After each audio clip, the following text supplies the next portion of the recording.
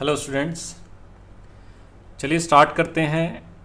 जो हम टॉपिक पढ़ रहे थे इन्वर्स ट्रिग्नोमेट्रिक फंक्शन, थोड़ा सा रिवाइज करवा देता हूँ पूरे टॉपिक को। बेसिकली मैंने लास्ट लेक्चर में क्या पढ़ा था, किसी भी फंक्शन का अगर आपको इन्वर्स फाइंड करना है तो वो हमारे पास वन वन होना चाहिए, ऑन टू होना चाहिए, यानी कि बाइजेक्टिव फंक्शन होना चाहिए। वन वन का दूसरा नाम इंजेक्टिव था और वन टू का दूसरा नाम सरजेक्टिव था। जैसा कि हम जानते हैं सारे के सारे ट्रिग्नोमेट्रिक फंक्शन पीरियोडिक आते हैं। अगर वो पीरियोडिक है तो वो फंक्शन मैनी वन होगा। तो इसका इन्वर्स निकालने के लिए सबसे पहले हमें इसे वन वन बनाना पड़ेगा और ऑन टू बनाना पड़ेगा।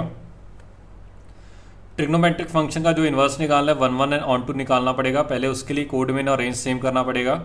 जैसे अगर मैं साइन एक्स की बात करूँ, ये ग्राफ है साइन एक्स का, तो अगर मैं सिर्फ y is equal to sine x की बात करूँ तो इसमें ग्राफ तो काफ़ी आगे तक बढ़ेगा, पीछे से आगे आगे तक ऑल रियल नंबर्स के लिए बनेगा। लेकिन हमें सिर्फ ग्राफ को उतना ब्रेक करना है कि वो क्या बन जाए, वन वन बन जाए। तो मैंने यहाँ से लेके यहाँ तक -π/2 से π/2 तक ये ग्राफ आ गया मेरे पास। इतना ग्राफ ब्रेक कर दिया। अब अगर आप इस ग्राफ को अच्छे से देखोगे, कोई भी हॉरिजॉन्टल लाइन बनाओगे, हर लाइन इसको एक ही पॉइंट पे कट करेगी, तो ये फंक्शन क्या होगा, वन वन हो गया। और अगर इसका मैं कोड मेन -1 से 1 ले दूँ, आपको पता है कि फंक्शन में जब डिफाइन करते हैं ये हमारा डोमेन रहता है, ये हमारा कोड मेन होगा। अगर मैं कोड मेन -1 से 1 करूँ और साइन का रेंज क्या आता है -1 से 1, तो कोड मेन और रेंज क्या आ जाएगा, सेम आ जाएगा। कोड मेन और अगर रेंज सेम है तो फंक्शन क्या हो जाएगा, ऑन टू हो जाएगा। सिमिलरली ये 1 1 तो हो चुका है, तो अगर वो 1 1 भी है और कोड मेन और रेंज सेम भी, यानी कि वो क्या हो गया, ऑन टू भी है। अगर 1 1 भी है, ऑन टू भी, तो फंक्शन क्या हो जाएगा, बाइजेक्टिव फंक्शन। तो इसका आप इन्वर्स फाइंड कर सकते हो। फिर आगे देखते हैं। इन्वर्स फाइंड करने का ये मैंने मेथड बताया था कि फंक्शन अगर आपके पास साइन एक्स गिवन है, फंक्शन डिफाइंड है -π/2 से +π/2 और -1 से 1, तो पहले मैंने x की जगह y रखा, y की जगह x रख दिया, तो x equal to sine x, तो यहाँ से y क्या आ जाएगा, साइन इनवर्स एक्स। अब y की जगह क्या लिख दिया, f inverse x is equal to sine inverse x. जो फंक्शन था वो -π/2 से π/2 और डिफाइन था -1 से 1, तो इसका इन्वर्स में उल्टा हो जाएगा, ये इधर चला जाएगा, ये इधर, तो ये -1 से 1, ये -π/2 से π/2।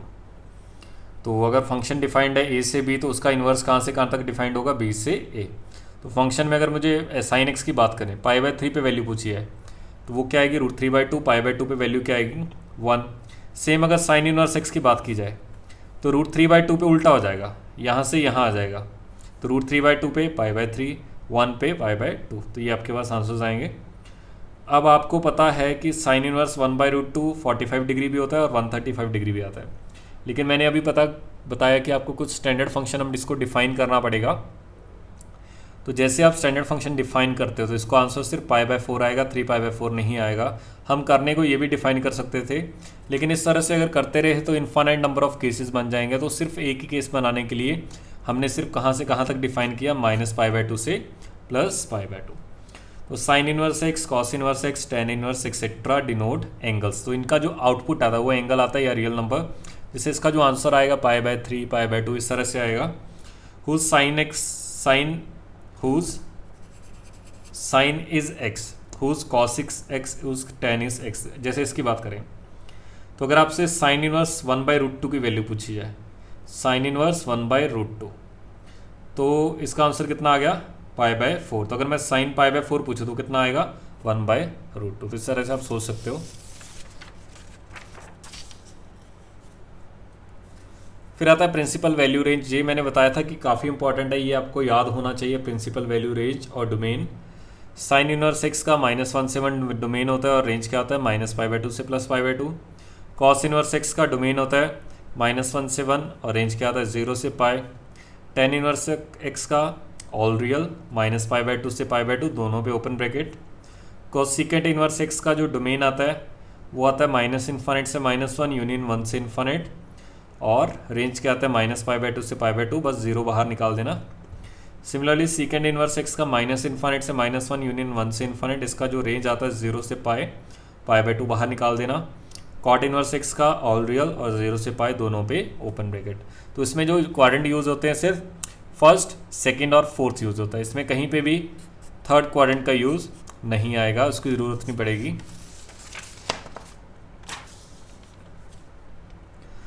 फिर नोट में पहला क्या कि first quadrant is common to all, पहला क्वाड्रेंट सभी में आएगा क्योंकि पहले क्वाड्रेंट में सारे के सारे आंसर्स पॉजिटिव रहते हैं तो सबका काम बन जाएगा। फिर third quadrant is not use, तो मैंने बताया था थर्ड क्वाड्रेंट का यूज़ नहीं आएगा। फोर्थ क्वाड्रेंट में जाने के लिए आपको एंटी क्लॉकवाइज यहाँ से नहीं जाना, आप डायरेक्टली यहाँ से जा सकते हो माइनस के लिए क्लॉकवाइज। किसी भी फंक्शन का हमें पता है कि इन्वर्स क्या होता है, reflection about y is equal to x line. तो ये मैंने ग्राफ्स बताए थे आपको कुछ, साइन इनवर्स एक्स का, कॉस इनवर्स एक्स का, टेन इनवर्स एक्स का, कॉट इनवर्स एक्स का, सीकेंट इनवर्स एक्स का, कोसेकेंट इनवर्स एक्स का। सब ग्राफ्स में आपको बेसिकली करना क्या है कि आपको y is equal to x में रिफ्लेक्शन फाइंड कर लेना है।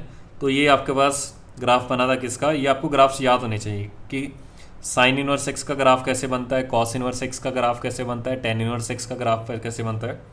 तो ये आप प्रॉपर्टी से एक बार पढ़ लेना, मैं ग्राफ दिखाता जाता हूँ। साइन इनवर्स एक्स का ग्राफ कुछ इस तरह से बनेगा। उसके बाद कॉट इनवर्स एक्स का graph, sorry cos inverse x का ग्राफ कुछ इस तरह से बनेगा। यहाँ पे वर्टिकल टेंजेंट आएगी मिनिमम वैल्यू, ये सॉरी उसका ये साइन इनवर्स एक्स का -π/2, मैक्सिमम वैल्यू π/2। dy/dx आपको याद रखना होगा कितना होगा, √1/√1 - x²। वर्टिकल टेंजेंट आती कहाँ पे, +-1 पे। ये कॉस इनवर्स एक्स का ग्राफ कुछ इस तरह से बनेगा। तो इसकी प्रॉपर्टीज देख लेना अच्छे से। फिर आता है आपको ये भी देखना है कि ये इंक्रीजिंग फंक्शन है डिक्रीजिंग फंक्शन। अगर इंक्रीजिंग फंक्शन होता है तो जो ये इनइक्वालिटी वहाँ पे साइन चेंज नहीं होगा, लेकिन कॉस इनवर्स एक्स क्या है, डिक्रीजिंग फंक्शन है, तो ये अगर ग्रेटर है तो यहाँ पे क्या हो जाएगा, लेस देन हो जाएगा। तो आपको इस तरह से देखना पड़ेगा। सिमिलरली टेन इनवर्स एक्स का ग्राफ याद है, इसको अच्छे से देखना। टेन इनवर्स एक्स का ग्राफ कॉन्टीन्यूस आता है, कहीं पर भी टूटेगा नहीं। तो इसके ऊपर मैं बेस्ड एक पॉइंट लिखवाऊँगा, तो पॉइंट को आप अच्छे से देखना मैं क्या लिखूँगा उसमें। अच्छा, इसके बाद ये सारे इसके प्रॉपर्टीज़ हमने देख चुके हैं। इसका dy/dx कितना आता है, इसमें कोई मैक्सिमम वैल्यू कोई मिनिमम नहीं आती क्योंकि ये टच नहीं करता इसको, ये इन्फानाइट पे टच करेगा कभी ना कभी। तो इस तरह से आप देख सकते हो। फिर इसी तरह कॉट इनवर्स एक्स का ग्राफ ये आएगा, ये भी इसको इन्फानाइट पे टच करेगा और ये भी कॉन्टीन्यूस है, ये डिक्रीज़ कर रहा है जैसे जैसे लेफ्ट से राइट की तरफ जा रहा हूँ। सारे के सारे ग्राफ अपीरियोडिक हैं। ये सीकेंड इनवर्स एक्स का ग्राफ कुछ इस तरह से बनेगा, ये भी आप देख लीजिएगा। फिर आता है आपके पास कोसेकेंट इनवर्स एक्स का ग्राफ, ये हमने लास्ट लेक्चर में आखिरी में ये पढ़ा था कि कोसेकेंट इनवर्स एक्स का ग्राफ कैसे बनता है। तो ये भी मेरे पास एक डिक्रीजिंग आ गया, जैसे जैसे लेफ्ट से राइट की तरफ जा रहा हूँ ग्राफ नीचे जा रहा है। अपीरियोडिक है, ऑड फंक्शन है, dy/dx कितना आता है, -1/mod(x)√x²-1। तो मैक्सिमम और मिनिमम वैल्यू ये आ गई। इसमें भी क्या होगा, वर्टिकल टेंजेंट आ जाएगी कहाँ पे, +-1 पे। तो इसमें हम लिख सकते हैं कि जो वर्टिकल टेंजेंट आएगी वो कहाँ पे आएगी, x = +-1 पे। तो आगे कंटिन्यू करते हैं अब जो नेक्स्ट पॉइंट्स हैं।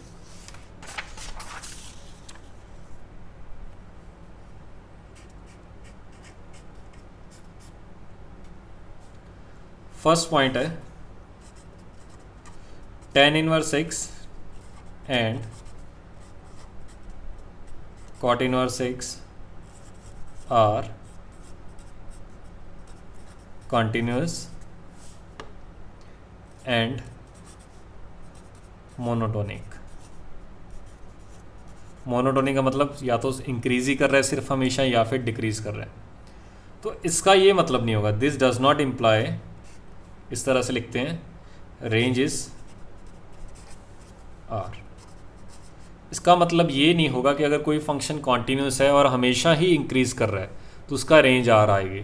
मैं आपको ग्राफ बता देता हूँ कि इसका ग्राफ कैसे बनेगा। आपको ग्राफ याद होगा कि जैसे अगर मैं इसकी बात करूँ कॉट इनवर्स की, ये हमेशा ही कॉन्टीन्यूस है और हमेशा क्या कर रहा है, डिक्रीज़ कर रहा है। तो ऐसा नहीं है कि ये इसका रेंज क्या आएगा, ऑल रियल आएगा। ये देखो बीच में बाउंडेड है 0 से पाई के बीच में।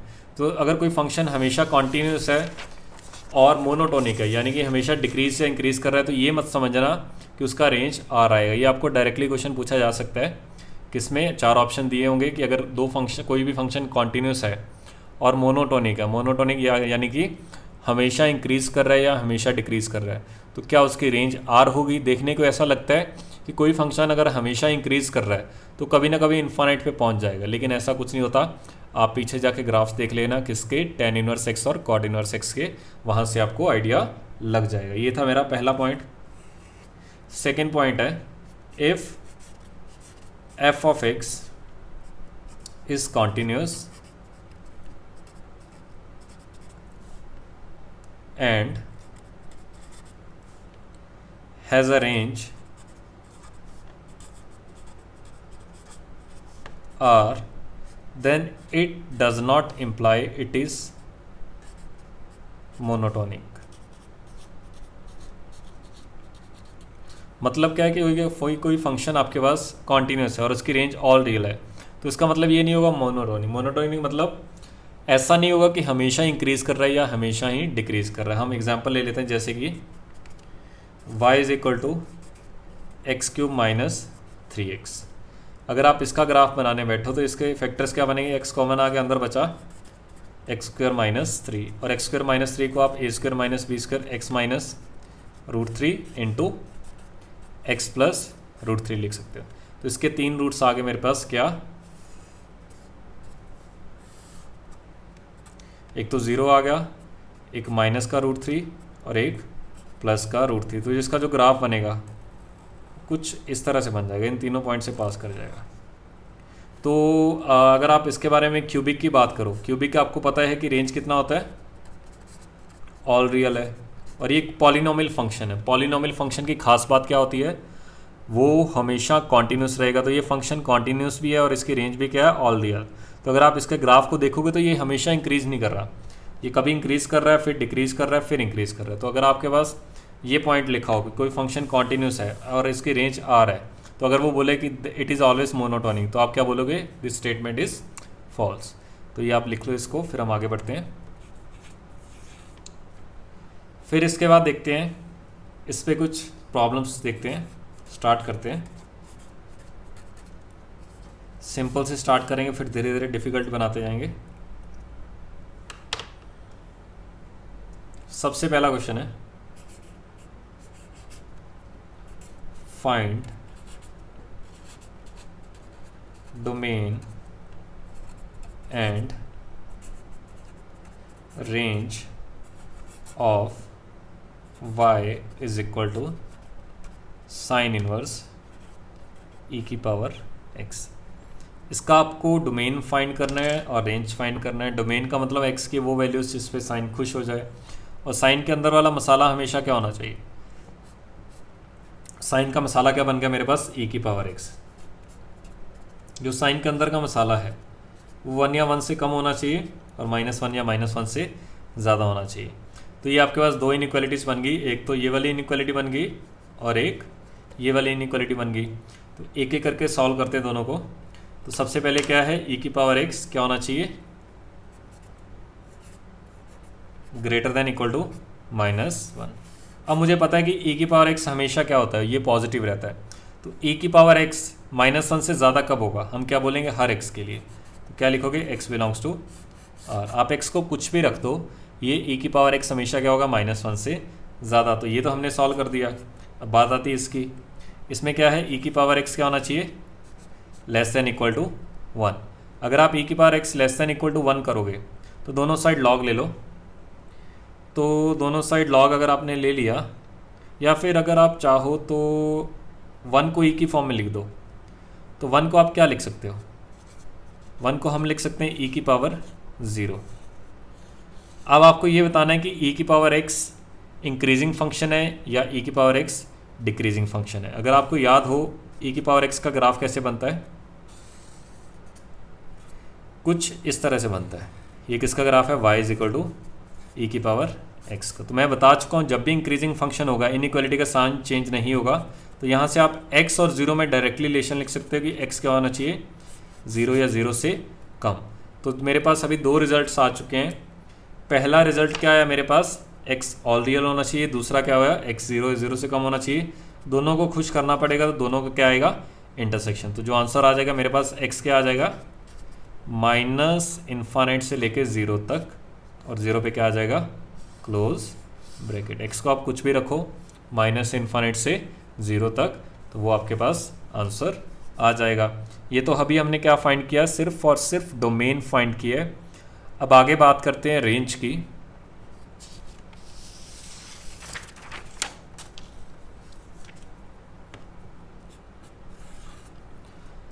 रेंज हमें फाइंड करना है साइन इनवर्स e की पावर x का. वो डिपेंड करेगा e की पावर x पे. कि e की पावर x कहाँ से कहाँ तक वेरी करेगा। अब मुझे पता है कि मेरे पास क्वेश्चन लिखा हुआ है y is equal to sine inverse e की पावर x। अब जो e की पावर x है वो कम से कम कितना हो सकता है, 0 पे ओपन आ सकता है और ज़्यादा से ज़्यादा इन्फानेट तक जा सकता है। लेकिन साइन इनवर्स के अंदर ज़्यादा से ज़्यादा आप कितना लग सकते हो, तो e की पावर x को मैं सिर्फ 0 से 1 तक लिख सकता हूँ। तो साइन इनवर्स ऑफ 0 कितना आ जाएगा, साइन इनवर्स ऑफ 0 होता है 0 और साइन इनवर्स 1 कितना होता है π/2। देखो करते कैसे हैं, आपसे बोल दिया गया कि find the value of sine inverse 1, आपसे पूछा गया साइन इनवर्स 1 की वैल्यू फाइंड किया। अब मुझे पता है साइन इनवर्स का जो भी आउटपुट आता है वो एक एंगल आता है, तो उसको थीटा मान लिया करो। तो यहाँ से इसको इधर लेके गए तो साइन थीटा कितना हो गया 1, तो साइन थीटा 1 कब होगा, जब थीटा कितना होगा π/2। और आपको आंसर कहाँ से रखना है, सिर्फ -π/2 से +π/2 तक। आपको पता है कि स्टैंडर्ड फंक्शन कहाँ से कहाँ तक डिफाइंड होता है, सिर्फ -π/2 से +π/2। अगर उसी तरह अगर 0 की बात की होती तो क्या बोलेंगे, मैं मेरे से ये पूछ लिया कि साइन इनवर्स 0 बता दो। अच्छा, इसका आंसर एंगल आता है हमेशा, ये याद रखना, हर इनवर्स का आंसर एंगल आएगा, एंगल को थीटा मान लिया करो। तो यहाँ से क्या आ गया, sine theta is equal to 0, तो थीटा कितना आ गया 0 के इक्वल। तो यहाँ से एक तो 0 आ गया और एक कितना आ गया π/2। तो आंसर कितना आ जाएगा 0 से π/2। तो मैं क्या लिख सकता हूँ, जो मेरा y बिलोंग्स करेगा 0 पे ओपन होगा और π/2 पे क्लोज होगा। तो ये मेरे पास क्या आ गया, इस क्वेश्चन का रेंज आ गया और पीछे क्या आ गया था, डोमेन आ गया। तो इस तरह इस क्वेश्चन आप सॉल्व कर सकते हो। उसी तरह ये हमारा पहला क्वेश्चन था, ये क्वेश्चन नंबर 1 हो गया। स्टार्ट करते हैं क्वेश्चन नंबर 2। क्वेश्चन नंबर 2 में क्या है, सेम क्वेश्चन है सभी में। आपको क्या फाइंड करना है, domain and range of y is equal to cos inverse greatest integer of x। ये मेरे पास क्या है, ग्रेटेस्ट इंटीजर फंक्शन। तो सबसे पहले हम फाइंड करते हैं, डोमेन की बात करते हैं। इसमें डोमेन क्या फाइंड करेंगे, तो अगर आप डोमेन की बात करो तो डोमेन तो यानी कि x की वैल्यूज़, लेकिन इसमें मसाला क्या है, मॉड ग्रेटेस्ट इंटीजर x है। तो कॉस इनवर्स के अंदर वाली आइटम जो भी हो वो क्या होनी चाहिए, 1 या 1 से कम और -1 या -1 से ज़्यादा। तो सबसे पहले कॉस इनवर्स के अंदर वाली आइटम क्या होगी, -1 या -1 से कम और -1 से ज़्यादा या उसके इक्वल और 1 या 1 से कम। लेकिन मुझे पता है कि जो ग्रेटेस्ट इंटीजर है उसके तो 3 ही वैल्यूज आ सकती है इसके बीच में। वो सिर्फ एक इंटीजर रहेगा, या तो 1 रहेगा या 0 रहेगा या -1 रहेगा। अब 1 कब रहेगा, जब x क्या होगा मेरा 1 से ज़्यादा और 2 से कम। 0 कब रहेगा, जब x क्या होगा मेरा 0 से ज़्यादा 1 से कम। और -1 कब रहेगा, जब x क्या होगा -1 से ज़्यादा और 0 से कम। तो ये मेरा पास डोमेन आ गया 0 से लेके 2 तक।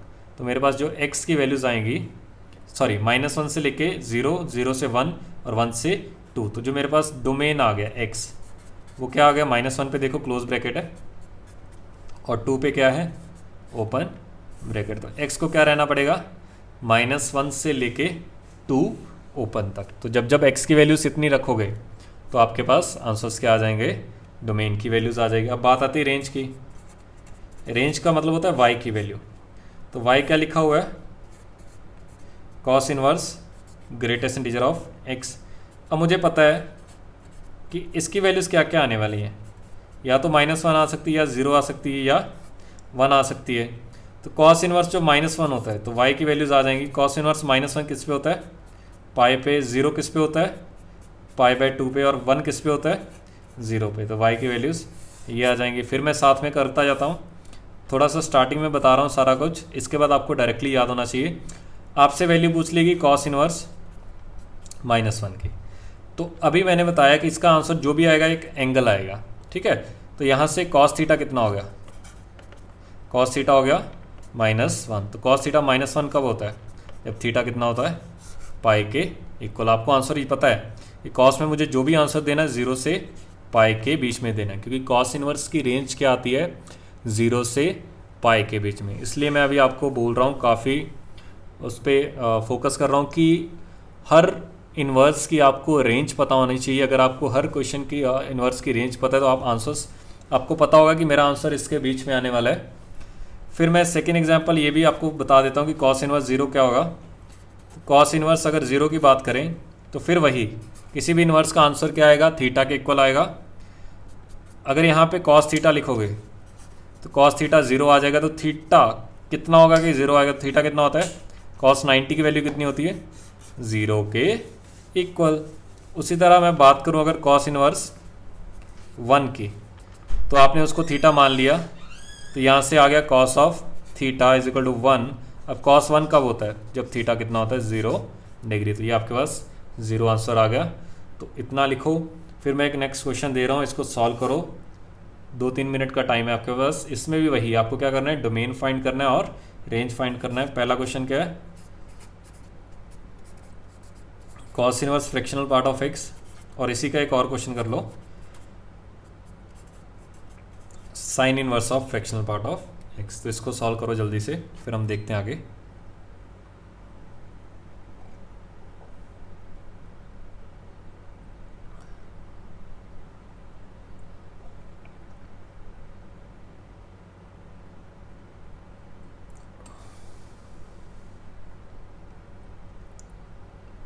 सभी वीडियो को पॉज कर लो, पॉज करके देखो, स्टार्ट करो, उसको सॉल्व करो।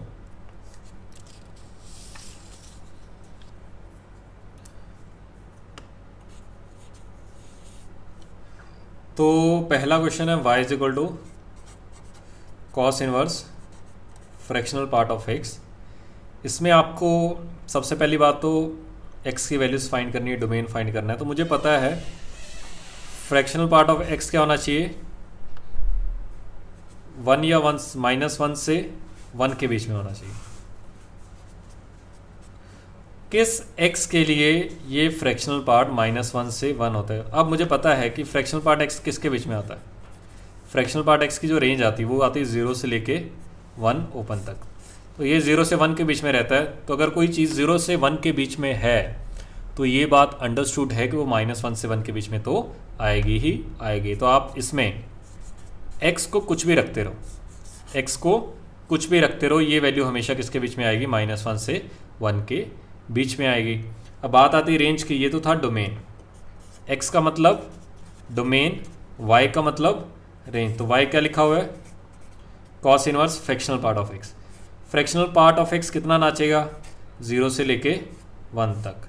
तो अब आपको पता है कॉस इनवर्स डिक्रीजिंग फंक्शन है, कॉस इनवर्स डिक्रीजिंग फंक्शन है।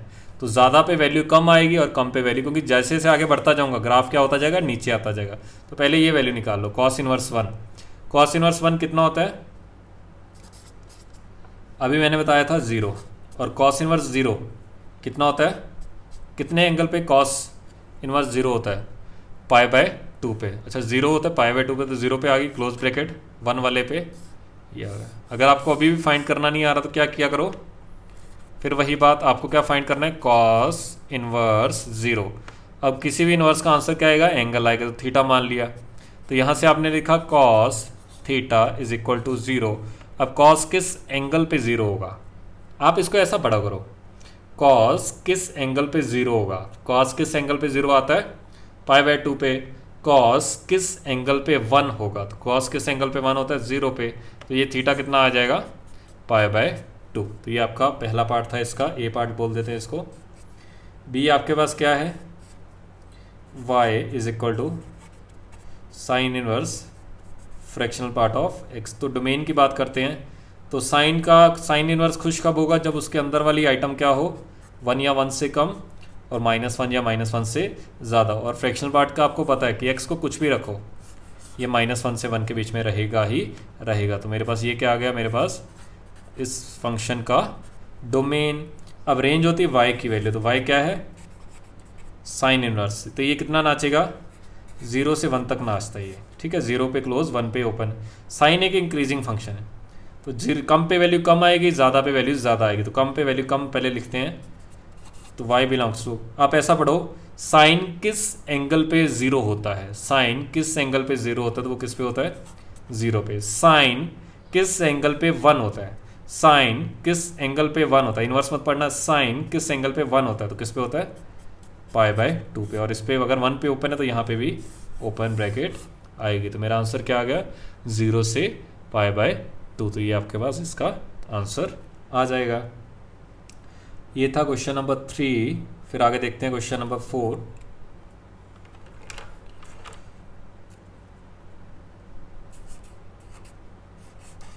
बस दिमाग को खोल के रखना, आलस मत करना, कहीं पे भी कंसंट्रेशन ख़राब मत होने देना, क्वेश्चन गलत नहीं होगा।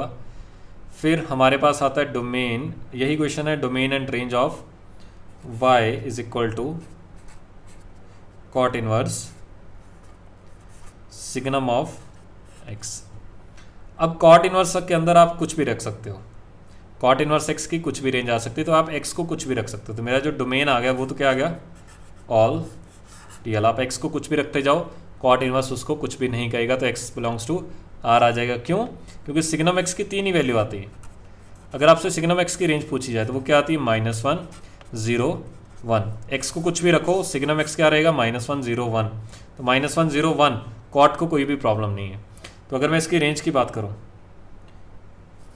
रेंज का मतलब होता है y, तो y क्या आ जाएगा, कॉट इनवर्स सिग्नम का आंसर क्या आएगा, या तो -1 आएगा, 0 आएगा, या फिर 1 आएगा।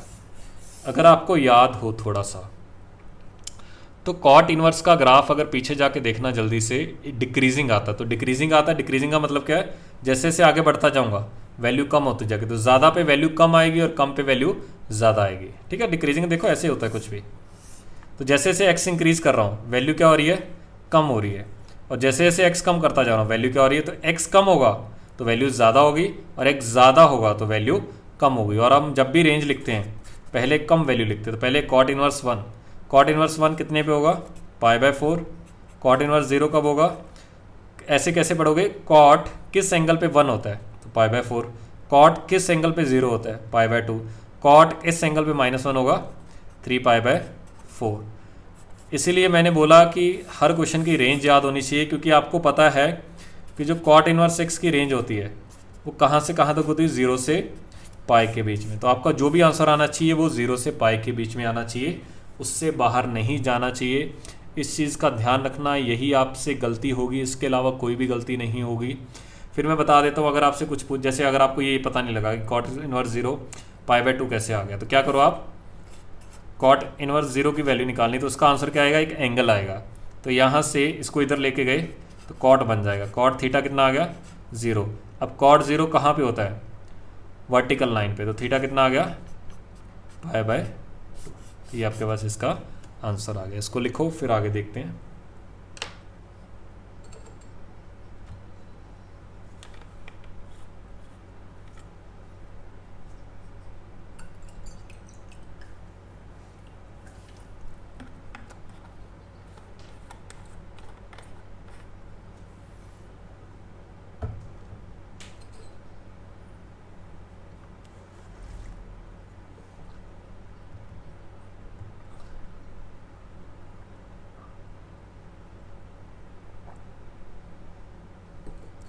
चलिए नेक्स्ट कंटिन्यू करते हैं।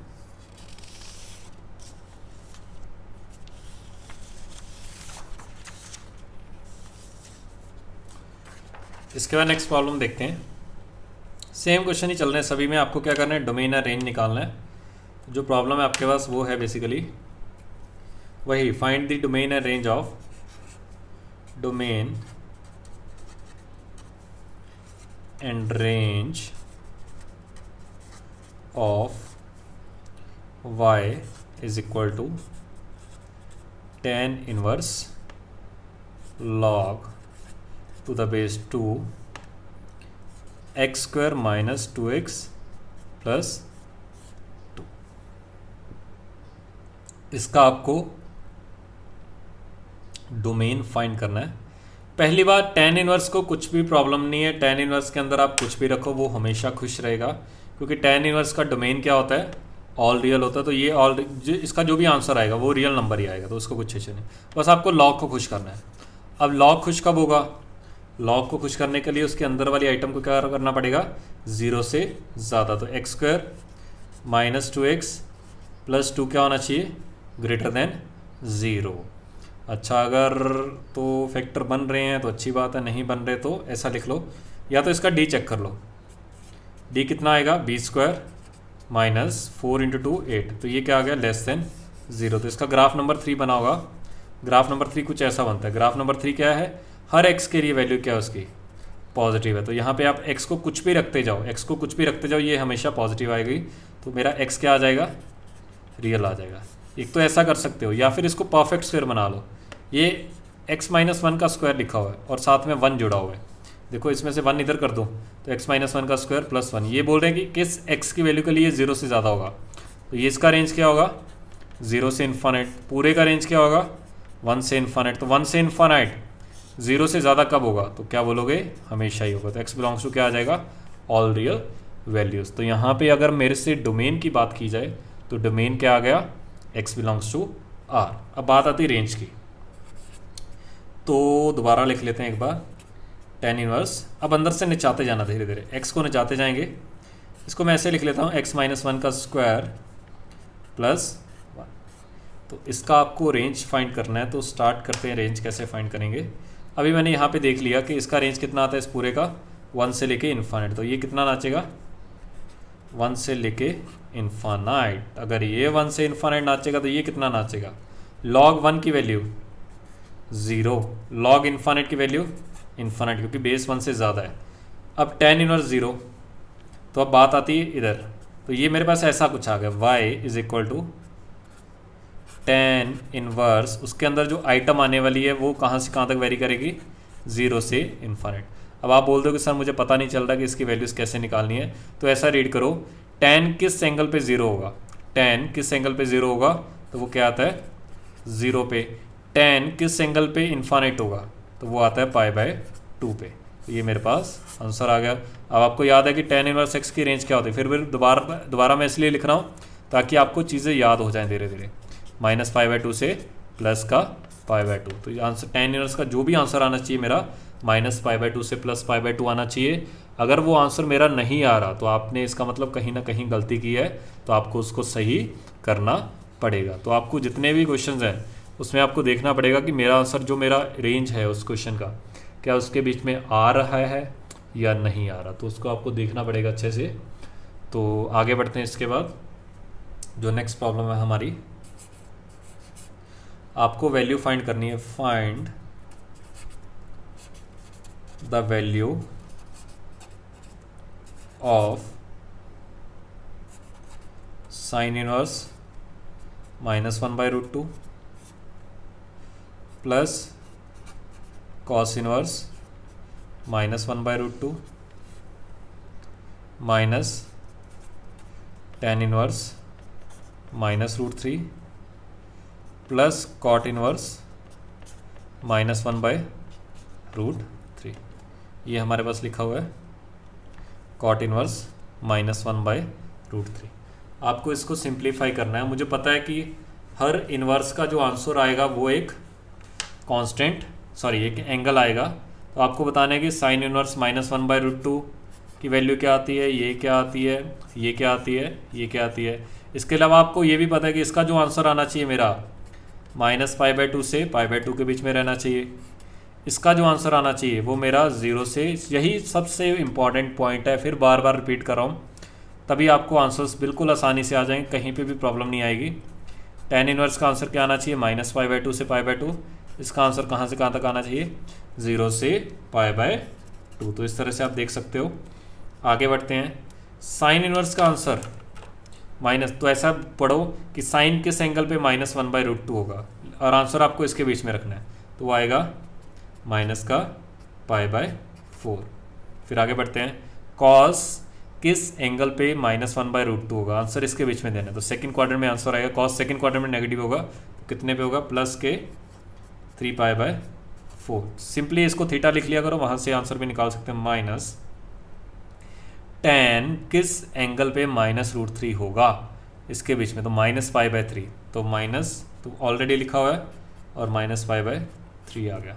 आप ऐसे भी कर सकते हो। आपको पता है कि मैं बता चुका हूँ कि tan मेरे पास कौन सा फंक्शन होता है, एक ऑड फंक्शन होता है। माइनस बाहर निकाल सकते हैं, माइनस माइनस प्लस बन जाएगा और टेन फिर √3 बता दो, टेन किस एंगल पे √3 होगा, 60 डिग्री पे। अच्छा, कॉट इनवर्स -1/√3, तो 0 से पाई के बीच में इसको इजिकल टू थीटा मान लो, तो कॉट थीटा इजिकल टू -1/√3। तो वहाँ से 0 से पाई के बीच में देख लो कि कॉट -1/√3 कब होगा, तो वो कितने पे आता है, 2π/3 पे। ये मैं फाइंड करके बता देता हूँ, क्योंकि यहाँ पे आपको काफ़ी बच्चों को डाउट हो जाएगा कि सर आपने कैसे कर दिए। यहाँ पे कर देते हैं, आपसे वैल्यू पूछेगी कॉट इनवर्स -1/√3 की, उसको आपने थीटा मान लिया, तो यहाँ से कॉट थीटा कितना हो गया, -1/√3। तो टेन थीटा कितना हो गया, टेन थीटा आ गया -√3। अब आपको एक चीज़ का ध्यान रखना कि जो भी आंसर आना चाहिए 0 से पाई के बीच में आना चाहिए। तो बस इतना फाइंड कर लो कि टेन थीटा -√3 कब होता है, वो आता है 120 डिग्री पे। तो मेरे पास 120 डिग्री कितना हो गया, 2π/3। तो ये मेरे पास आंसर्स आ गए, कितने आ गए, इसको मैंने सब्ट्रैक्ट किया तो आएगा 2π/4 यानी कि π/2, माइनस माइनस प्लस हो गया, π/3 + 2π/3, ये आ गया मेरे पास पाई। तो ये सिंप्लीफाई करके आ जाएगा आपके पास 3π/2 के इक्वल। ये आपके पास इसका आंसर आ जाएगा। तो लिखो इसको, फिर आगे देखते हैं।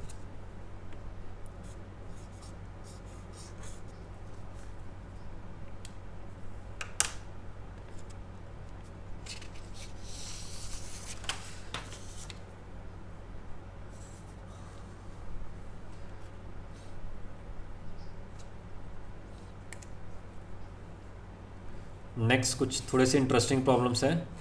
आपको वैल्यू फाइंड करनी है, find value of sign of tan inverse 2, इसकी वैल्यू फाइंड करनी है।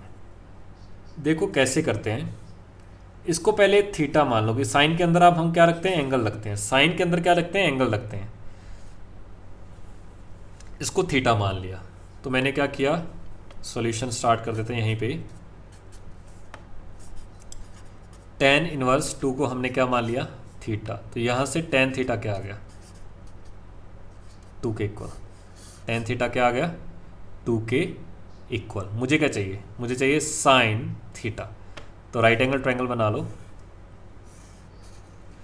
ये रहा 90, ये रहा थीटा। tan क्या होता है, परपेंडिकुलर अपॉन बेस। ये 2 है तो नीचे 1 मान लेते हैं, तो ये कितना हो जाएगा, √5। तो यहाँ से जो साइन ऑफ थीटा, हमें क्या निकालना है, बेसिकली हमें निकालना है साइन थीटा। तो क्या आ गया, साइन थीटा कितना होगा, परपेंडिकुलर अपॉन हाइपोटेन्यूज 2/√5। तो इस तरह से आप प्रॉब्लम को सॉल्व कर सकते हो।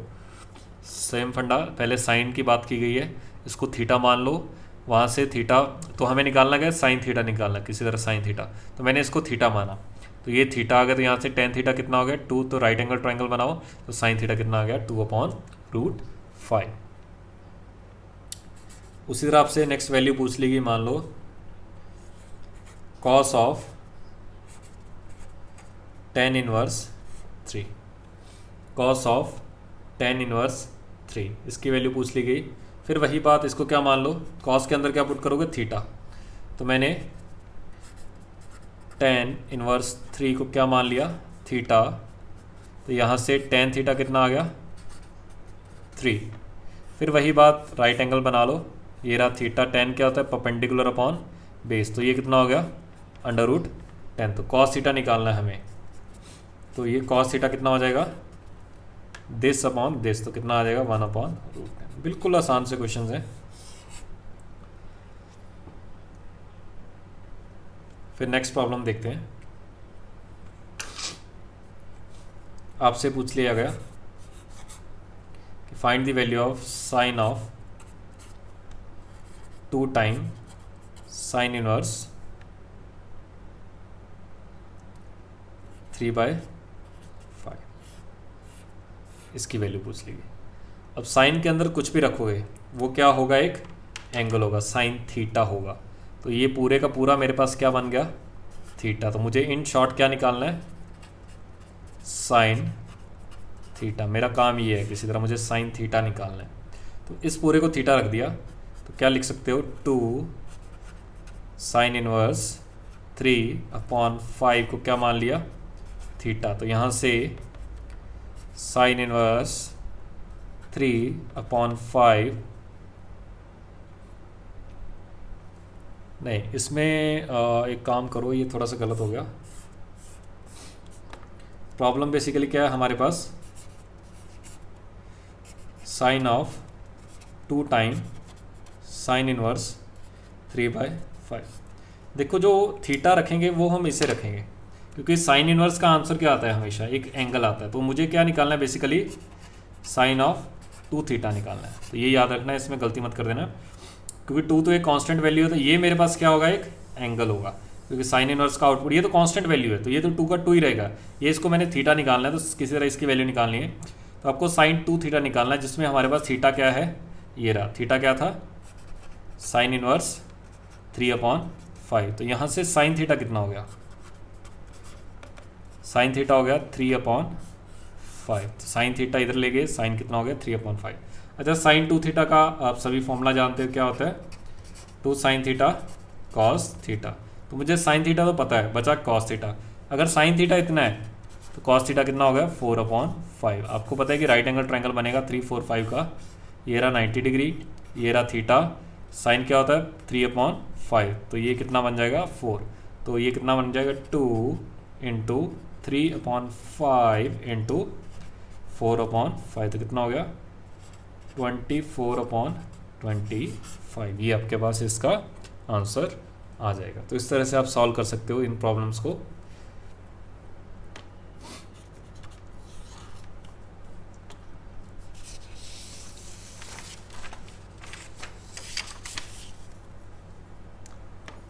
नेक्स्ट देखते हैं।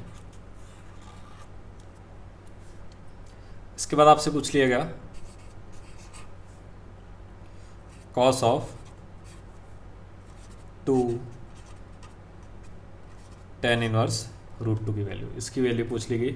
सेम फंडा, कॉस के अंदर एंगल आएगा, 2 तो एक कांस्टेंट वैल्यू, तो ये एंगल जो भी आएगा मेरे पास थीटा आएगा। तो मैंने क्या किया, tan इनवर्स 2 को मैंने थीटा मान लिया, तो यहाँ से tan थीटा कितना आ गया 2 के इक्वल। अगर tan थीटा 2 है तो मैंने राइट एंगल ट्रायंगल बना लिया। काफ़ी मेथड से कर सकते हो, tan 2 ये हो जाएगा 1, और ये कितना हो जाएगा √5। और अगर आप चाहो तो ये मेरे पास निकालना क्या है, cos ऑफ 2 थीटा। चाहो तो आप tan थीटा के फॉर्म में निकाल सकते हो, क्योंकि cos 2 थीटा कितना होगा 1 - tan² theta upon 1 + tan² theta. इसकी हेल्प से भी निकाल सकते हो। तो ये बनेगा 1 - 2 का स्क्वायर 4 अपॉन 1 + 2 का स्क्वायर 4, तो कितना हो गया -3/5। इस तरह से भी आप निकाल सकते हो। या फिर cos 2 थीटा का और क्या क्या फॉर्मूले हैं, cos 2 थीटा को आप क्या लिख सकते हो, 2 cos² थीटा -1। तो यहाँ से अगर आप चाहो इसकी हेल्प से cos थीटा कितना आ जाएगा, cos थीटा आ जाएगा 1/√5। तो ये आ जाएगा 1/√5। तो कितना आ जाएगा 2 × 1/√5 का स्क्वायर 1/5 -1, तो कितना आ जाएगा 2/5 - 1 -3/5। इसी में अगर आप चाहो तो cos 2 थीटा के एक और फॉर्मूला है क्या, 1 - 2 sin² थीटा। तो 1 - 2 sin थीटा कितना हो जाएगा 2/√5, तो उसका स्क्वायर क्या हो जाएगा 4/5। कितना हो जाएगा 5 - 8 -3/5। तो आप किसी भी फॉर्मूले से कर सकते हो। आपको tan थीटा पता है, चाहो तो आप डायरेक्टली tan का फॉर्मूला यूज़ कर लो, चाहे आप यहाँ से tan की हेल्प से ट्रायंगल बना के cos निकाल लो, और चाहे इसकी हेल्प से आप साइन फाइंड कर सकते हो। तो किसी भी मेथड से आप इस क्वेश्चन को सॉल्व कर सकते हो। इसके बाद आपको वैल्यू फाइंड करनी है sine of arc sine 3/5 minus arc sine cos 3/5। अब मैं आपको बता दूं कि आर्क का मतलब होता है इन्वर्स ही होता है। तो आर्क का मतलब क्या रहता है, इन्वर्स ही रहता है। इसकी वैल्यू आपको फाइंड करनी है किसी तरह। तो स्टार्ट करते हैं। तो ये बेसिकली इसका जो अभी हमें पता है कि इन्वर्स का आंसर क्या आता है, एंगल आता है। इसको अल्फ़ा मान लिया, इसको बीटा मान लिया। तो मेरे पास जो प्रॉब्लम बन गया वो क्या बन गया, सब सिंपल सा फंडा है, जब जब इन्वर्स आए उसको एक एंगल मान लिया करो, अपने आप सारे के सारे आंसर्स आपके पास आ जाएंगे। तो sine of alpha minus beta पूछा हुआ है। अब साइन ए माइनस बी का फॉर्मूला आप सब जानते हो, तो क्या होगा, sine alpha cos beta minus cos alpha sine of beta. तो किसी तरह इसकी वैल्यू निकालनी है आपको, ठीक है। अब अल्फा क्या है मेरे पास, ये पूरा अल्फा है, तो साइन इनवर्स 3/5 किसके इक्वल है, अल्फा। तो यहाँ से साइन अल्फा कितना हो गया, 3/5। अगर साइन अल्फा 3/5 है तो अंडरस्टूड है कॉस अल्फा कितना हो गया, 4/5, क्योंकि मुझे कॉस अल्फा की ज़रूरत है। ये बीटा है, क्या बीटा है, कॉस इनवर्स 3/5 किसके इक्वल है, बीटा के। तो यहाँ से इसको अगर इधर लेके गए, कॉस बीटा कितना हो गया, 3/5। कॉस बीटा अगर 3/5 है तो साइन बीटा कितना हो गया, 4/5। तो यहाँ पे लिख दो साइन अल्फा। साइन अल्फा की वैल्यू कितनी है, 3/5 into cos beta. Cos beta भी कितना है, 3/5 minus cos alpha 4/5 sign beta 4/5। तो कितना हो गया, 9। नीचे दोनों का एलसीएम 25 आ रहा है, 9 माइनस 16 तो कितना हो गया, -7/25। तो ये आपके पास इसका रिक्वायर्ड आंसर आएगा। लिखो इससे, फिर आगे बढ़ते हैं। ये कॉस लिखा हो यहाँ पे। आर्क का मतलब फिर मैं बता रहा हूँ, आर्क का मतलब क्या होता है, इन्वर्स। तो कंफ्यूज मत होना कि सर ये आर्क लिखा हुआ है, इसका मतलब क्या है, आर्क का मतलब क्या है, इन्वर्स।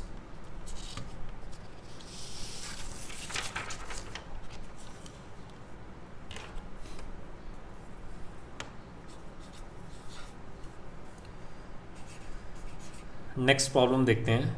आपको वैल्यू फाइंड करनी है tan of 2 tan inverse 1/5 minus π/4, इसकी वैल्यू फाइंड करनी है।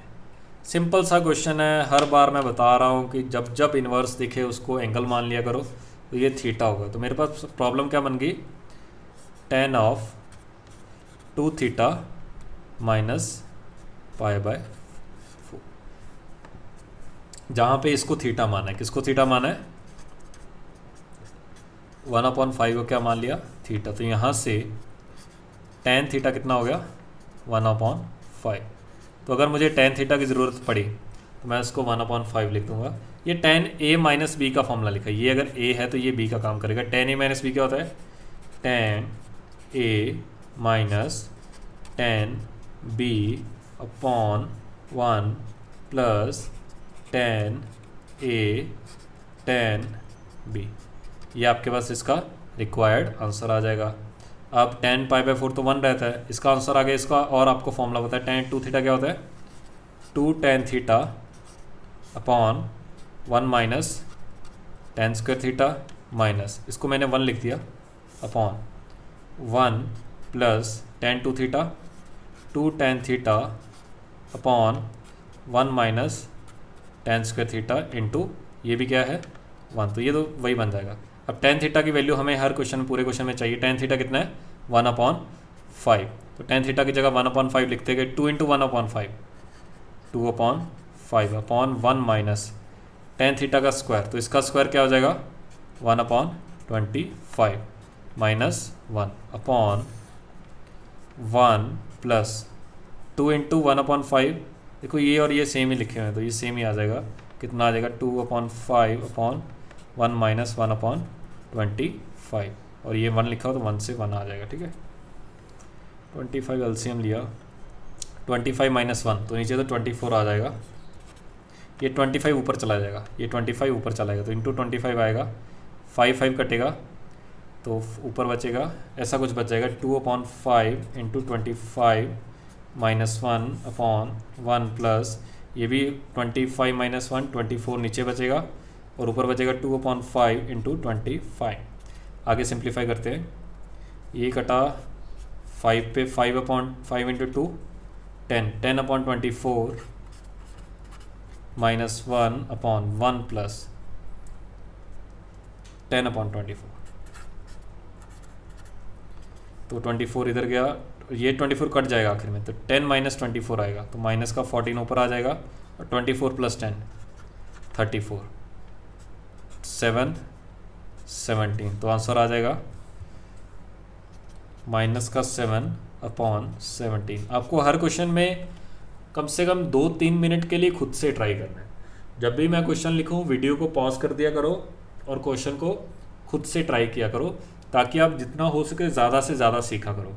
उसके बाद आप मैच कर लिया करो कि आपका क्वेश्चन सही है या गलत है, और आपने गलती कहाँ पे की है, तो उससे आपको काफ़ी कुछ सीखने को मिलेगा।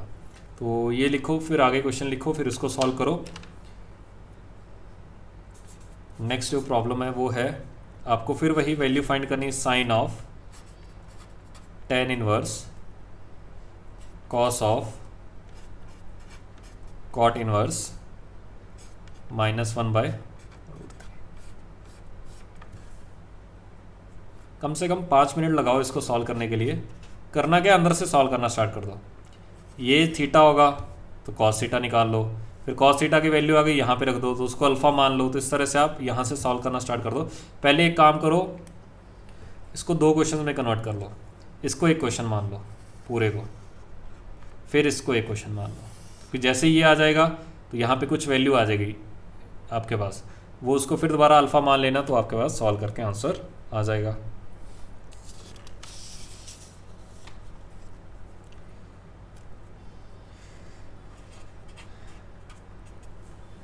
तो मैंने किया क्या, जो ये अंदर था इसको, ये मेरे पास कॉट इनवर्स है, तो इसको मैंने एंगल मान लिया क्या, थीटा। तो हमने क्या किया,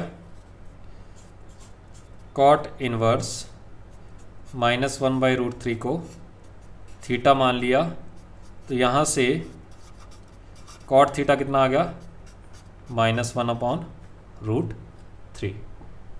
या फिर आप ऐसा सोच सकते हो कि अब यहाँ से मेरे पास थीटा आ सकता है कि कॉट, हमने पीछे क्वेश्चन में किया था, कॉट थीटा -1/√3 कितने पे आता है, वो आता है 2π/3 पे। तो यहाँ से मेरे पास थीटा कितना आ गया, 2π/3 के इक्वल। आपको बस इतना ध्यान रखना है कि कॉट का आंसर जो भी आना चाहिए 0 से पाई के बीच में रहे, बस वहाँ पे गलती मत कर देना कोई भी।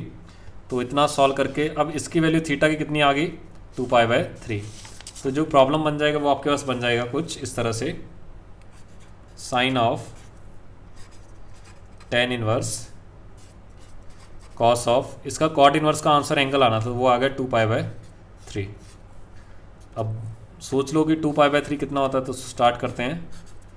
tan inverse cos 2π/3, cos 2π/3 second quadrant में आएगा, सेकेंड क्वाड्रेंट में cos नेगेटिव होगा, cos 2π/3 की वैल्यू होती है 2π/3 को π-π/3 लिख सकते हो, तो π-π/3 माइनस cos थीटा होगा, cos π/3 कितना होता है, -1/√2। तो आप इसकी वैल्यू लिख सकते हो। अब आगे सोचते हैं कि इसकी वैल्यू ये, अब tan किस एंगल पे -1/√2 होता है, tan किस एंगल पे -1/√2 होता है। अब tan का आंसर मुझे यही पता है कि जो भी मुझे आंसर निकालना है -π/2 से +π/2 के बीच में निकालना है। तो जो भी आंसर आएगा या तो फर्स्ट क्वाड्रेंट में आएगा या फोर्थ क्वाड्रेंट में आएगा, तो इसका आंसर किस में आएगा, फोर्थ क्वाड्रेंट, क्योंकि tan क्या गिवन है, नेगेटिव। तो -1/√2 जो आता है वो आता है -π/4 पे। तो साइन -π/4 कितना हो गया, -1/√2। ये आपके पास इसका आंसर आएगा। 2 मिनट रुको, इसका आंसर, सॉरी ये 1/2 था, ये 1/2 है। तो हमें ध्यान रखना पड़ेगा कि हमें वैल्यू क्या निकालनी है किसकी, साइन ऑफ tan इनवर्स -1/2। अब एक चीज़ जानते हो आप कि साइन एक ऑड फंक्शन है और tan भी क्या है, ऑड फंक्शन। तो माइनस यहाँ से बाहर आ जाएगा और माइनस फिर बाहर आ जाएगा, तो आंसर क्या बन जाएगा, minus sine of tan inverse 1/2। अब मुझे पता है इसका आंसर जो भी आएगा, एक अल्फ़ा आएगा, 5 मान लेते हैं। तो मैंने क्या किया, tan इनवर्स 1/2 को 5 मान लिया। तो यहाँ से tan 5 कितना आ गया, 1/2। tan 5 1/2 आ गया, तो आपने एक राइट एंगल ट्रायंगल बनाया, ये एंगल 5 मान लिया। tan क्या होता है, परपेंडिकुलर अपॉन बेस, तो ये क्या हो गया, √5। हमें क्या चाहिए, साइन 5 चाहिए। साइन क्या हो जाएगा 1/√5, तो आंसर कितना हो जाएगा, माइनस बाहर लगा हुआ है, -1/√5। तो ये आपके पास इसका आंसर आ जाएगा। तो लिखो, फिर आगे बढ़ते हैं।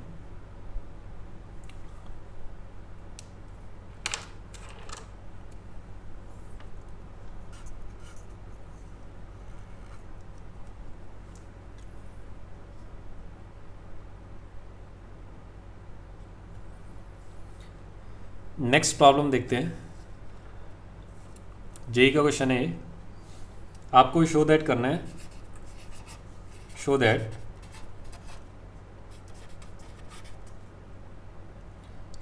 cos of tan inverse sine of cot inverse x, ये इक्वल करना आपको √(x²+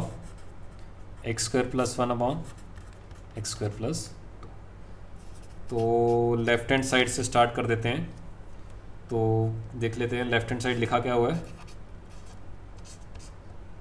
क्या है मेरे पास, cos, यहाँ पे अब एंगल तो लिखे नहीं हुए, x की फॉर्म में लिखा हुआ है, तो आपको थीटा मानना पड़ेगा, sine of cot inverse x,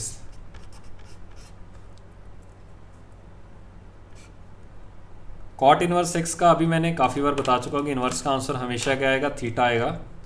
तो इसको आपने क्या मान लिया, थीटा। तो मेरे पास cot इनवर्स x कितना हो गया, थीटा, x कितना हो गया, cot थीटा। अब मुझे क्या निकालना है, साइन थीटा। देखो इधर से साइन, ये तो थीटा ही हो गया, तो साइन थीटा निकालना है। तो आप क्या करो, राइट एंगल ट्रायंगल बना लो, ये रहा थीटा, cot क्या होता है, ये x/1 लिख सकता हूँ। तो बेस हो गया ये, और ये हो गया परपेंडिकुलर, तो ये क्या हो गया, √, पाइथागोरस लगाओगे तो √(x²+1)। तो साइन थीटा की जगह आप क्या लिख सकते हो, 1/√(x²+1)। तो प्रॉब्लम क्या बन गई, cos tan inverse sine theta. Sine theta इसमें देखो साइन होता है perpendicular upon base, perpendicular upon hypotenuse, तो क्या होगा 1/√(1+x²। तो अब इसकी वैल्यू निकाल। अब आगे इसको अल्फ़ा मान लो, इसको क्या मान लो, अल्फ़ा। तो मुझे किसकी वैल्यू निकालनी, cos अल्फ़ा की। तो फिर दोबारा से राइट एंगल ट्रायंगल बना लो। तो इसको मैंने अगर अल्फ़ा मान लिया, तो मैंने किसको माना, अल्फ़ा। यहाँ से अगर ये अल्फ़ा, तो tan अल्फ़ा कितना आ गया, tan अल्फ़ा किसके इक्वल आ जाएगा, इसके इक्वल 1/√(1+x²। तो इसकी हेल्प से आप ट्रायंगल बनाओ, फिर हम आगे देखते हैं कि क्या होगा ट्रायंगल बनने से। हमने क्या किया, ये मेरे पास लिखा था कुछ इस तरह से, ट्रायंगल बना दिया मैंने। कुछ नहीं है, बस जैसे tan alpha, cos alpha, sin alpha, या ट्रायंगल बना लिया। तो ट्रायंगल क्या होता है, tan क्या होता है, परपेंडिकुलर अपॉन बेस। तो ये क्या हो जाएगा, इन दोनों का स्क्वायर का सम। तो इसका स्क्वायर 1+x², इसका स्क्वायर 1 ही आएगा। दोनों का स्क्वायर कितना, सम कितना आ जाएगा, x² + के 2k। तो ये मुझे चाहिए क्या, cos अल्फ़ा चाहिए। देखो ये तो एंगल ही हो गया अल्फ़ा, तो cos अल्फ़ा। अब ये ट्रायंगल बना हुआ है, इसमें cos अल्फ़ा निकालो। cos होता है बेस अपॉन हाइपोटेन्यूज, तो क्या हो जाएगा √(x²+1/(x²+2)। तो ये आपके पास रिक्वायर्ड आंसर हो जाएगा। तो इस तरह से आप क्वेश्चन सॉल्व कर सकते हो।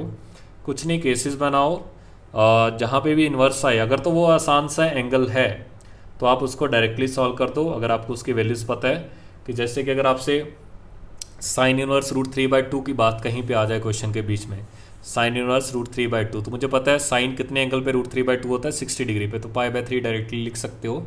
तो इस तरह के क्वेश्चंस में आप सॉल्व कर सकते हो। चलिए इसको लिखो, फिर हम आगे बढ़ते हैं।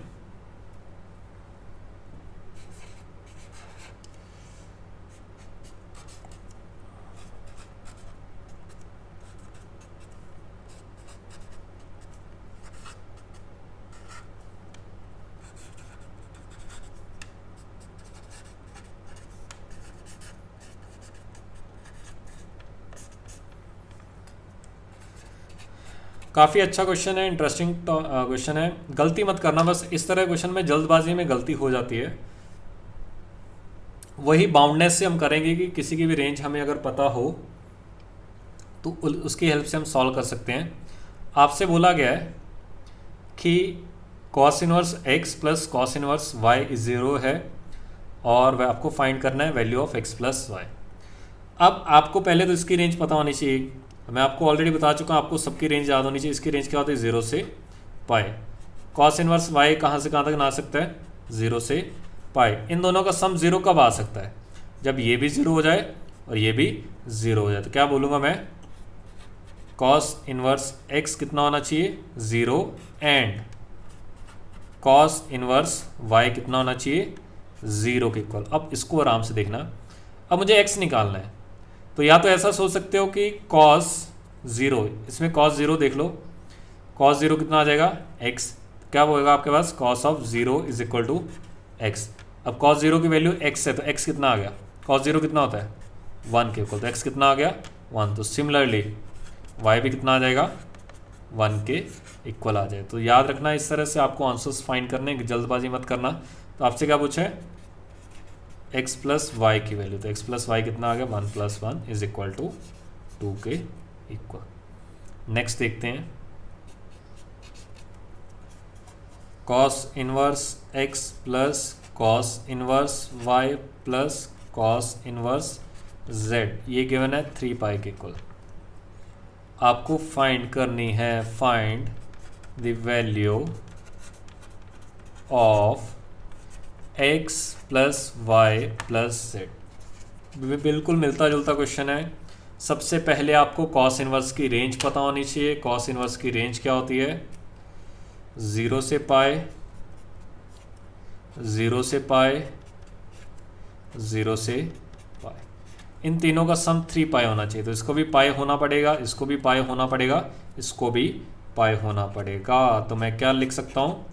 Cos inverse x is equal to pi, and आएगा बीच में cos inverse y is equal to pi and cos inverse z is equal to pi. तो इसमें एक्स ही निकाल लेते हैं, सेम वाई होगा सेम ही जेड होगा। तो यहाँ से मैं कॉस इनवर्स एक्स अगर पाई है तो एक्स कितना हो गया? Cos pi. कॉस पाई की वैल्यू -1। तो अगर एक्स -1 है तो वाई भी कितना होगा? -1। जेड भी कितना होगा? -1। तो यहाँ से x plus y plus z की वैल्यू कितनी हो जाएगी? -3 के इक्वल। तो इस तरह से आप इन प्रॉब्लम्स को सॉल्व कर सकते हो। किसकी हेल्प से? बाउंडनेस की हेल्प से। इस तरह के कुछ और क्वेश्चंस भी करते हैं आगे। देखो नेक्स्ट क्या होगा इसके बाद।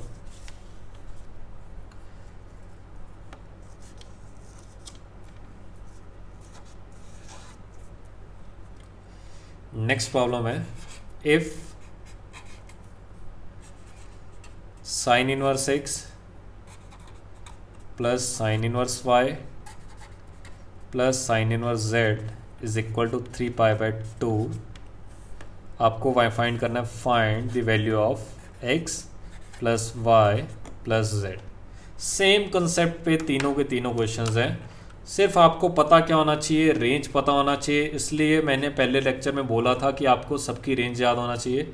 इसकी रेंज क्या होती है? साइन की, साइन इनवर्स की -π/2 से +π/2। उसी तरह इसकी रेंज भी क्या होगी? -π/2 से +π/2। सेम साइन की भी रेंज क्या होगी? इनवर्स की -π/2 से +π/2। इन तीनों का सम 3π/2 कब होगा? π/2 π/2 π/2। तो हम क्या बोल सकते हैं कि साइन इनवर्स एक्स भी कितना होना चाहिए?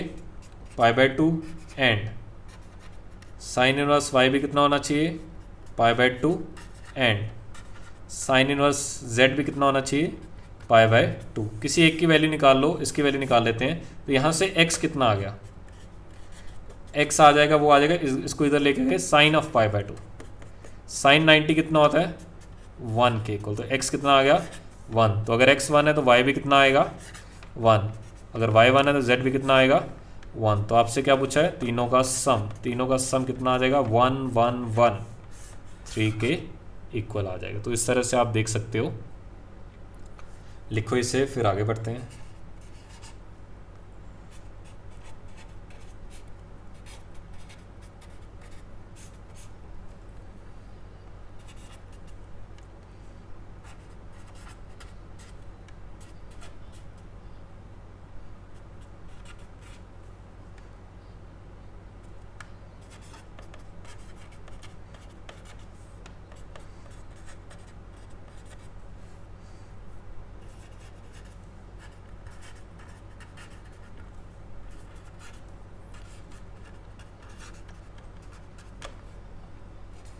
चलिए नेक्स्ट देखते हैं। दो प्रॉब्लम्स गिवन है, दो फंक्शंस गिवन है अलग अलग। एक तो गिवन है y is equal to signum of cot inverse x, एक गिवन है sine square x plus cos square x. आपको बताना है कि ये दोनों फंक्शन आइडेंटिकल है या नहीं। आइडेंटिकल के लिए डोमेन सेम होना चाहिए, रेंज सेम होना चाहिए और फंक्शन की वैल्यू सेम आनी चाहिए उस डोमेन के अंदर। तो सबसे पहले इसका डोमेन देखते हैं। इसमें कॉट इनवर्स का डोमेन क्या होता है? All real. तो सिग्नम को कोई प्रॉब्लम नहीं है। तो पहले फंक्शन का डोमेन क्या होगा? x belongs to r। यहाँ पे भी आप x को कुछ भी रख सकते हो। दूसरे फंक्शन का डोमेन भी क्या होगा? x belongs to r। अच्छा, इसको अगर मैं आगे सॉल्व करूँ, ये लिखा हुआ y is equal to signum of, ये तो मुझे पता ही है, ये क्या लिखा है? y is equal to 1। ठीक है, y इज इक्वल टू 1 एक कॉन्स्टेंट लाइन आ जाएगी, x को कुछ भी रख सकते हो। इसको देख लेते हैं। Signum of cot inverse x। अब आपको ये पता है कॉट इनवर्स x की रेंज क्या होती है। ये कितना आना चाहिए? 0 से पाई। अब 0 से पाई हमेशा क्या होगा? पॉजिटिव वैल्यूज हैं। 0 से पाई हमेशा पॉजिटिव आएंगी क्योंकि दोनों पे ओपन ब्रैकेट है। तो अगर ओपन ब्रैकेट है, सिग्नम ऑफ पॉजिटिव क्या आता है? सिग्नम ऑफ पॉजिटिव 1 के इक्वल आता है। तो ये भी 1 है, ये भी 1 है। तो दोनों फंक्शंस क्या आ जाएंगे मेरे पास? आइडेंटिकल फंक्शंस आ जाएंगे। दोनों फंक्शंस क्या है? Identical function. तो आप इस तरह से लिख सकते हो कि आपको बेसिकली पहले डोमेन फाइंड करना है। अगर डोमेन सेम आ गया तो फिर आप रेंज फाइंड करो। तो अगर रेंज भी सेम आ गई, दोनों फंक्शन भी सेम आने चाहिए, तो आप उस तरह से क्वेश्चन को सॉल्व कर सकते हो। तो आपके पास दोनों फंक्शंस क्या आ जाएंगे? आपके पास आइडेंटिकल फंक्शंस आ जाएंगे। तो लिखो इसको, फिर आगे देखते हैं।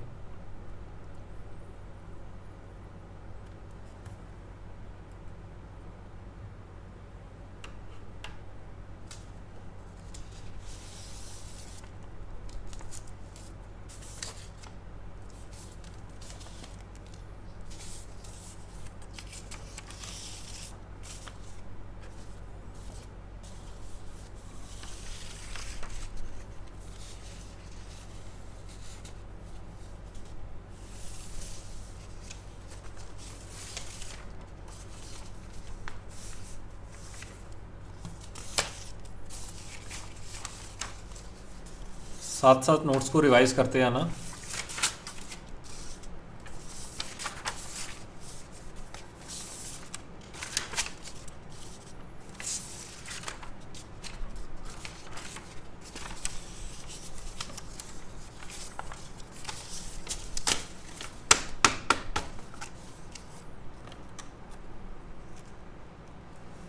चलिए आगे बढ़ते हैं।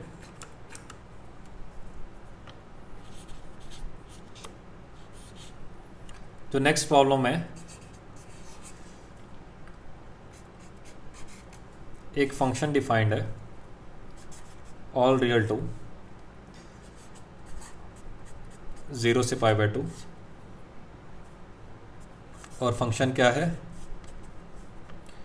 tan inverse x square plus 2x plus alpha, और बोला गया function is onto. Function onto है और आपको फाइंड करना है फाइंड अल्फ़ा।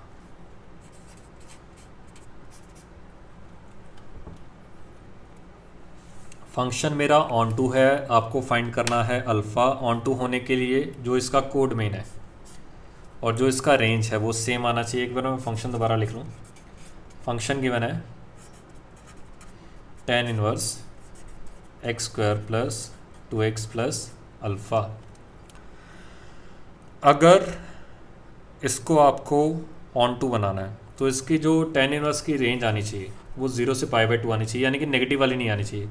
तो tan के अंदर अगर मैं सिर्फ 0 से π/2, 0 से अच्छा 0 कब आएगा? tan 0 कब आएगा? जब मैं कितना पुट करूँगा? 0 इस क्वांटिटी को। और π/2 कब आएगा? जब इसको क्या पुट करूँगा? इन्फानेट, क्योंकि tan इनवर्स इन्फानेट कितना होता है? π/2। तो बेसिकली जो आपका ये आना चाहिए x square plus 2x plus alpha, वो हमेशा ग्रेटर देन 0 होना चाहिए हर x के लिए। ये क्या होना चाहिए? ग्रेटर देन 0 और इक्वल टू भी 0, क्योंकि 0 पे भी क्लोज ब्रैकेट है। जब ये 0 या 0 से ज़्यादा होगा, जब ये 0 या 0 से ज़्यादा होगा तो tan इनवर्स के अंदर पॉजिटिव क्वांटिटीज आएंगी। अगर टेन इनवर्स के अंदर पॉजिटिव क्वांटिटीज़ आएंगी तो ऑटोमेटिकली जो उसका आंसर आएगा वो 0 से π/2 आएगा। तो इसके बारे में सोच लेते हैं कि ये 0 या 0 से ज़्यादा होना चाहिए और 0 भी होना चाहिए। तो इसका ग्राफ कुछ ऐसा बना होगा, ये वाला ग्राफ बनेगा। तो आपसे अल्फ़ा की वैल्यू पूछी तो डिस्क्रिमिनेंट कितना कर दिया, 0।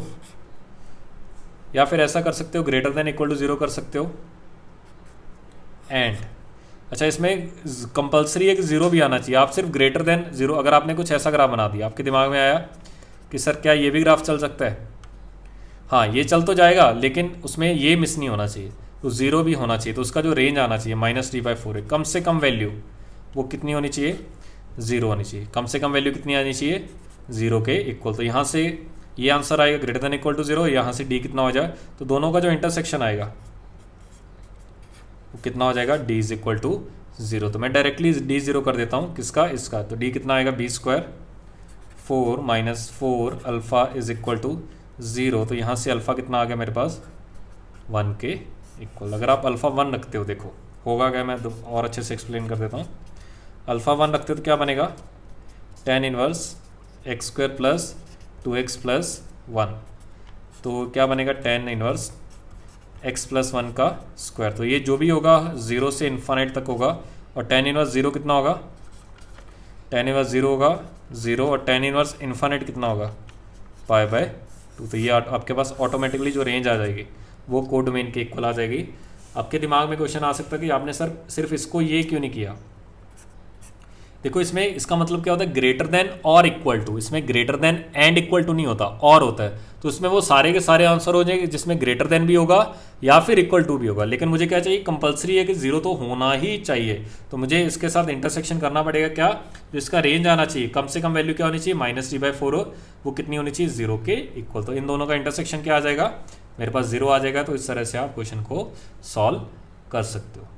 इसको लिखो, फिर आगे बढ़ते हैं।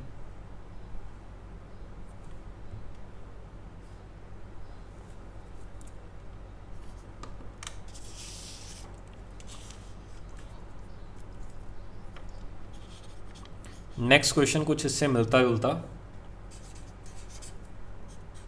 एक फंक्शन डिफाइंड है ऑल रियल से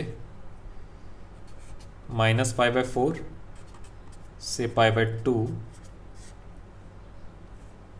फंक्शन वही है पीछे वाला ही, f(x) = tan inverse x² + 2x + alpha. फिर वही बात, f(x) is onto, function onto है, आपको अल्फ़ा फाइंड करना है, फाइंड अल्फ़ा। तो इस तरह के, अब आपको बस इतना फाइंड करना है कि ये मेरे पास बन गया -π/4। तो f(x) गिवन है tan inverse x² + 2x + alpha. तो आपको अंदर ऐसी वैल्यूज रखनी है कि -π/4 से ये सारी की सारी कोडमेन और रेंज सेम आ जाएगी। क्योंकि कोडमेन क्या है मेरे पास, -π/4 से लेके π/2। तो इसकी रेंज पे ये आनी चाहिए। तो tan कितने एंगल पे, tan ऑफ -π/4, tan ऑफ -π/4 कितना हो गया, -1। और tan ऑफ π/2, इसको मैं अगर इन्फानेट रख दूँ तो tan π/2 कितना हो गया, इन्फानेट। देखो tan इनवर्स -1 कितना होता है, -π/4, tan इनवर्स इन्फानेट कितना होता है, π/2। तो इसकी रेंज क्या होनी चाहिए, -1 से लेके इन्फानेट। तो मैं सीधा बोल सकता हूँ कि जो x² + 2x + अल्फ़ा होना चाहिए वो क्या होना चाहिए, बिलोंग्स टू -1 से लेके इन्फानेट। और -1 कंपलसरी होना चाहिए, ग्रेटर देन इक्वल टू -1 होना चाहिए। तो इसको मैं ऐसे सॉल्व कर सकता हूँ, ऐसे लिख सकता हूँ, x² + 2x + alpha should be greater than equal to -1। -1 को उस तरफ ले आए, x² + 2x + alpha + 1 should be greater than equal to 0। 0 या 0 से ज़्यादा होना चाहिए। तो इसका ग्राफ नंबर 2 बन जाएगा। इसमें 0 भी इंक्लूड हो रहा है और कंपलसरी है 0 होना चाहिए। तो इसके लिए d क्या कर दोगे, इसका 0 कर दोगे। तो d 0 कर दिया तो क्या बनेगा, इसका d 0 करना है तो कितना आएगा, b² - 4 × alpha + 1 should be equal to 0। तो यहाँ से आ जाएगा 4 - 4 अल्फ़ा - 4 इज इक्वल टू 0। 4 से 4 शांत हुआ, अल्फ़ा की वैल्यू फाइनली 0 के इक्वल आएगी। अल्फ़ा में चाहो तो 0 रख भी सकता हूँ। देखो क्या बनेगा, f of x is equal to tan inverse x square plus 2x, इतना ही बनेगा। अगर आप चाहो तो इसकी रेंज फाइंड कर सकते हो। इसकी रेंज जो आएगी वो आएगी -1 से लेके इन्फानाइट। ठीक है, रेंज कैसे फाइंड करते हैं, -d/4a से लेके इन्फानाइट आएगी। तो अगर इसका d चेक करोगे तो b² आएगा, सिर्फ 4 आएगा। 4 के आगे माइनस लगा दिया, -4/4 इंटू a की वैल्यू कितनी है 1 से लेके इन्फानाइट, तो ये कितना आ गया -1 से लेके इन्फानाइट तक। तो इस तरह से आप इसको सॉल्व कर सकते हो। नेक्स्ट की हेडिंग लिख लो आप, फिर हम नेक्स्ट लेक्चर में कंटिन्यू करेंगे कि नेक्स्ट कैसे करेंगे। तो नेक्स्ट हमारा टॉपिक रहेगा वो बेसिकली है प्रॉपर्टीज ऑफ इनवर्स। वो भी काफ़ी इंटरेस्टिंग टॉपिक है, उसको हम नेक्स्ट लेक्चर में कंटिन्यू करेंगे।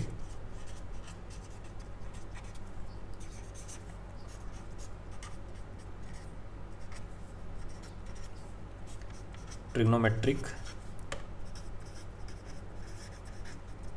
फंक्शंस, तो इसको हम नेक्स्ट क्लास में कंटिन्यू करेंगे। मिलते हैं नेक्स्ट क्लास में।